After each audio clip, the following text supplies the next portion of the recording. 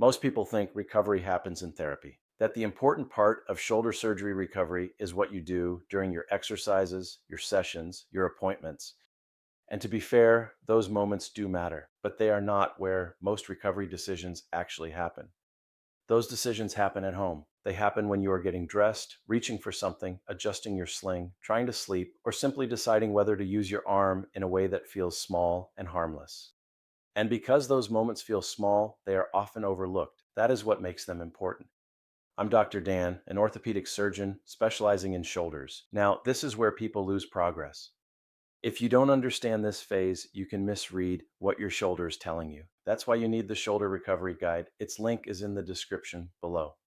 There is a common assumption during recovery. My surgeon and physical therapist are guiding me, so I'm probably covered. That assumption feels reasonable. You have instructions, you have appointments, you have a plan. But there is a part of recovery that those systems cannot fully cover. And it is the part where most decisions actually happen. This happens between appointments, when no one is watching recovery moment by moment. Your surgeon and PT may be helping, but they are not with you for daily decisions. And those daily decisions are constant. They are not always obvious. They do not feel like decisions, but they shape your recovery. This is what I call the 166-hour void. It is the time each week when you are not in therapy or at a medical visit. And during that time, you are living your life. You are moving, adjusting, reacting, and interpreting what your shoulder is doing without guidance in real time. Let me give you a simple example. You are in your kitchen and you reach for a plate. It is light. It feels safe. It is something you have done thousands of times before. But your shoulder feels slightly tight when you reach. Not painful, not alarming, just different. So the real question becomes, do you move cautiously and avoid using the arm, use it normally without thinking, or use it deliberately and observe how it responds? That is a real decision. Even if it does not feel like one in the moment, if you avoid using the arm, you may start to protect it more than necessary. If you use it without thinking, you may miss how it is actually responding. If you use it deliberately and observe, you begin to understand patterns. But most people are not thinking that way. They are reacting in the moment. And those reactions build over time. The same thing can happen when you are showering, reaching for a light switch, getting in or out of a chair, or rolling over in bed. None of those activities feel like rehab. They feel like ordinary life. But ordinary life is where your shoulder is constantly being tested in small ways. Here is another example. You are getting dressed. The movement feels awkward. The shoulder hesitates slightly. You feel a small moment of uncertainty. Nothing dramatic, but enough to make you pause. The decision is not simple. Do you assume this activity is safe, stop it completely, or step back and evaluate how your shoulder is reacting over time? Again, that moment shapes what happens next. Because recovery is not built on big decisions, it is built on small ones. And those small ones happen at home. You may decide to move faster because you are tired of being careful. You may decide to avoid the movement entirely because it made you nervous. Or you may decide to slow down, notice what changed, and see how the shoulder responds later that day. Those three choices can lead to very different recovery patterns. And the difficult part is that no single moment announces itself as important. It only becomes obvious when the pattern repeats. The same reach, the same guarded posture, the same hesitation, the same soreness later. This is where the guidance gap becomes real. No one is really guiding you through this part. Not because your care team is doing anything wrong, but because it is not possible to guide every small moment of daily life. They cannot see how you move when you are alone. They cannot interpret every sensation in real time. They cannot adjust your decisions moment by moment. So you are left to figure it out, and most people do their best. But without a framework, doing your best often means guessing. You guess when to use the arm. You guess when to rest. You guess when something matters. You guess when to ignore it. You guess whether stiffness after breakfast is just expected, whether soreness after getting dressed means you did too much, or whether a change in sleep position matters. And that guessing creates inconsistency. Some days you do more. Some days you do less. Some movements feel fine. Others feel uncertain. And without a way to interpret those patterns, recovery starts to feel unpredictable. This is where the compensatory cascade begins. When you are unsure, you start to protect the shoulder.